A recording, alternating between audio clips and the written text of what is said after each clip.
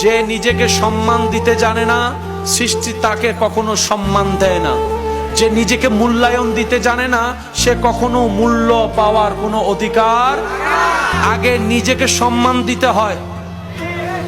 আপনাকে ভাবতে হবে আপনার যে দুই পা আপনার রব দিয়েছে, সেই দুই পা আপনি কোথায় রাখবেন আপনার সম্মান বাড়বে, কোথায় রাখলে সম্মান কমবে আপনাকে ডিসাইড করতে হবে।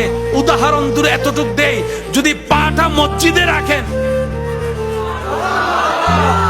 সম্মান, বলেন সম্মান। পাটা যদি মক্কা হজের দিকে উমরার দিকে রাখেন, বলেন বলেন। আর পাটা যদি মদের দোকানের দিকে যান, সুদের দিকে যান, ঘুষের দিকে যান, মারামারির দিকে যান, জুলুমের দিকে যান, ফিটাফিটির দিকে যান, অত্যাচার করার দিকে যান, আমাদেরকে একটু বুঝতে হবে কোন দিকে গেলে ইজ্জত বাড়বে, কোন দিকে গেলে ইজ্জত কমবে। আল্লাহ আমাদের সবাইকে একটু বুঝার তৌফিক দান করুন।